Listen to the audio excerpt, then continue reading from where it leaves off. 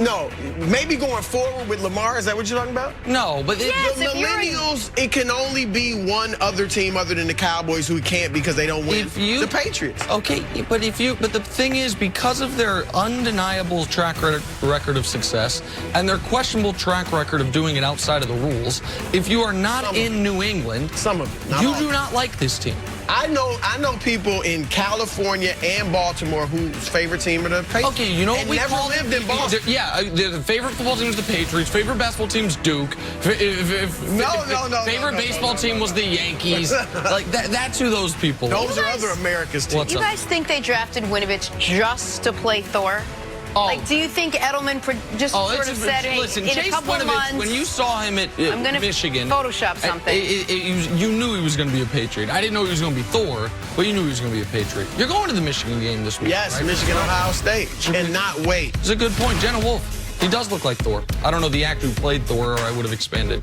I know don't he's a even know good-looking Thor. man, I think long the hair. actor more. Time for stories to start your morning. Lamar Jackson and the Ravens in L.A. last night taking on the Rams. Lamar was as good as any MVP candidate could possibly be.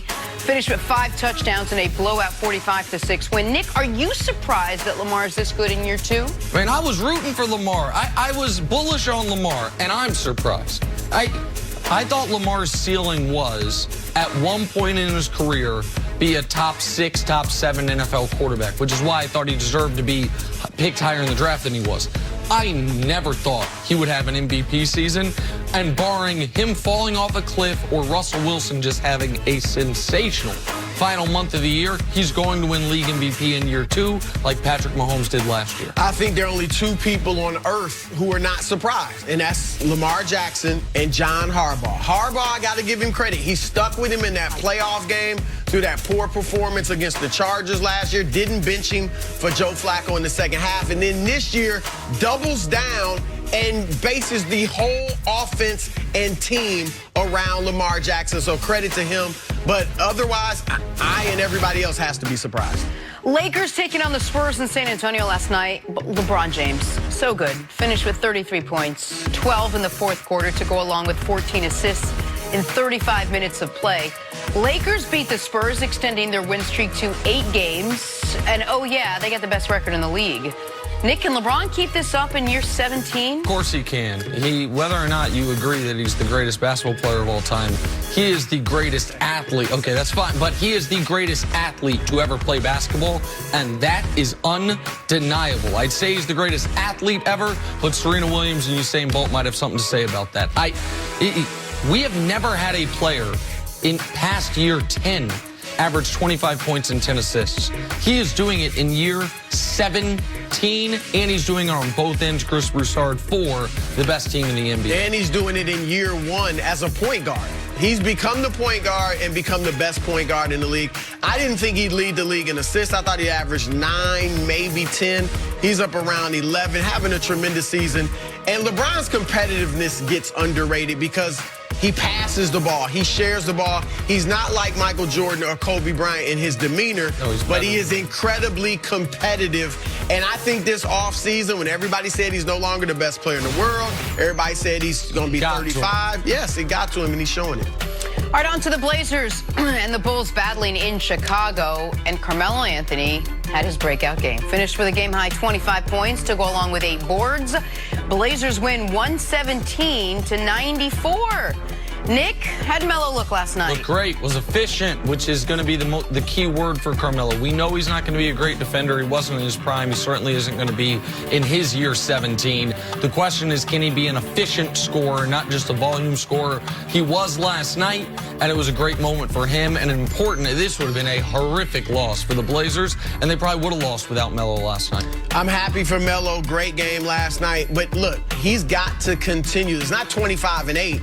But he's got to continue to play well, as you said, Nick, efficiently, and help the Blazers get to the playoffs. They should be a playoff team in the West, and he's got to help them get there for this to end well for them. The Philadelphia 76ers were up in Toronto to face the Raptors. Last time Joel Embiid was north of the border in a basketball setting, he left in tears. And last night wasn't much better. Embiid finishing 0 for 11 from the field, 0 for 3 from the free throw line. So quick calculations gives me 0 points on the night for Joel Embiid. Sixers lose 101-96. Nick, we got to have this conversation about Joel Embiid. Did we overrate him? Well, where did we rate him? Because going into the year, I said, and I don't have to list them, there was a clear-cut top 8 players in the league if healthy. Steph was healthy. KD, we included him in it because we knew who those 8 guys were all battling. They're basically those 8 guys were the guys everyone says are top 5 players. Embiid was the first man out of that. He was, I think, considered a top 10 guy, and so you had him as the best center. Well, I had Anthony Davis in the top 8. What is Anthony Davis? But yes, better than Jokic. Okay, better than Jokic and an MVP candidate. A guy that the only person in the East who gave him trouble defensively, the Sixers acquired, and now Horford, because Horford actually could defend him well. And yeah, it's disappointing. And I understand the Sixers have issues that aren't about Joel Embiid. They have not replaced Jimmy Butler's late game scoring, and Ben Simmons continues to be a plague on them at the end of games.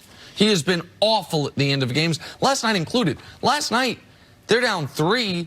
They get the ball. He takes a heave when they don't have to take a heave. Could have gotten a better look with a few seconds left. That's why they ended up losing by 5, was because of dunk in the final seconds. It was a one-possession game at the end.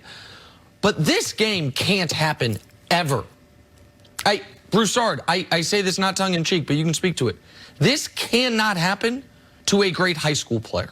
I was thinking that when we talked about it earlier. You're right.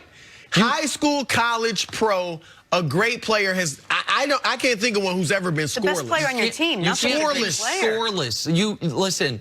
The best players in the league, they score at least double digits every night, except for maybe once a season. Right. Like LeBron's got that insane record, 900-some games. Next closest record's around 250. It's because usually about once a year, you have a 3 for 11. You don't get to the line. You have 8 points. It's like, man, it's a terrible game.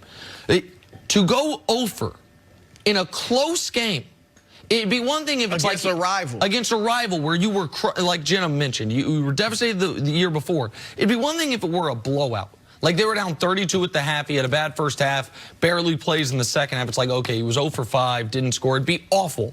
But to play 32 minutes in a one-possession game throughout, a game where there are 21 ties or lead changes, and to not score, I've never seen it happen in the NBA. It's unfathomable. When I read it, I thought it was, because I didn't see the game. Thought he got hurt or in foul trouble? Yeah, I thought it was a misprint. How in the world does a great player go scoreless? I mean, it's unbelievable, but you look at the highlights that we were showing. You can see why a 7-footer would go scoreless. He's taking 3-pointers. He's, handling the ball, taking long twos. Where are the post-ups? Look at this. I mean, that's why you go scoreless as a 7-footer. It's nice that occasionally he can step out and hit the 3. You saw that post up in the turnaround kind of fadeaway 3. None of this stuff is at the rim. And if you're missing shots like this, you have to be smart enough. And look, I'll give Brett Brown credit, but you got to tell him, why hasn't Brett Brown put him down there in the block? There you see one, he tries to make a move, but get him down low, get him fouled at the very least, or let him score. Very few people. Now, Marc Gasol is a good defender. Serge Ibaka didn't even play. Okay? So for this to happen in this game, as far as him being overrated, look, he's still a very good player. I think Jokic is a better center, but he's at least the second best. Think about how many guys, though, from 2 years ago to right now, though, have leapt him in the hierarchy. Giannis and he were close. Giannis is now worlds ahead of him. Luka wasn't in the league. Luka's worlds ahead of him. Jokic is now ahead of him, right? Like you just said, you think Jokic is better than him. Paul George was not considered better than him 3 years ago, or that he was the direction Embiid was going. Paul George is now undeniably better than him. Kawhi, when healthy, was always better than him. We now know he is. Forget Harden, forget LeBron, forget his shot selection is poor, and a lot of that's got to be on the coaching staff. He's shooting 45% from the floor. Very few big men can stop him down low. Why isn't he punishing people on the block? That's a problem not only for Embiid, but for the coaching staff. But 0 points is... And I give the Raptors credit. Not only are they 12-4 post-Kawhi, Lowry's been hurt. You mentioned that Ibaka's out. LeBron had his worst game of the season against them. Kawhi had his worst game of the season against them. And LeBron and Kawhi, both in those games, midway through the fourth quarter, were in single digits, both of them. And Embiid had his worst game of the season against them. And they're long, and they're springy, and they're well-coached. But 0 points can't happen at any level of basketball. And I've never seen it happen in the NBA for a guy who we think one day could be a true MVP of the league. I know neither of you had the Sixers coming out of the East, but it's undeniable. I did. Oh, you did have the Sixers coming out of the East. Well, it's undeniable this has been a disappointing season, at least thus far into the season. And everyone in the world had them in the conference finals. Anyone acting like they didn't at least have them in the conference finals is lying. But Toronto's in the hunt. Toronto's in the hunt. Boston's in the hunt. Boston won last night with no Kimba. You're right. All right, let's take a break. Coming up, another Philly star struggling. Did Carson Wentz's 4-turnover game prove that he is not elite? Next on First Things. What would be more devastating? Toronto.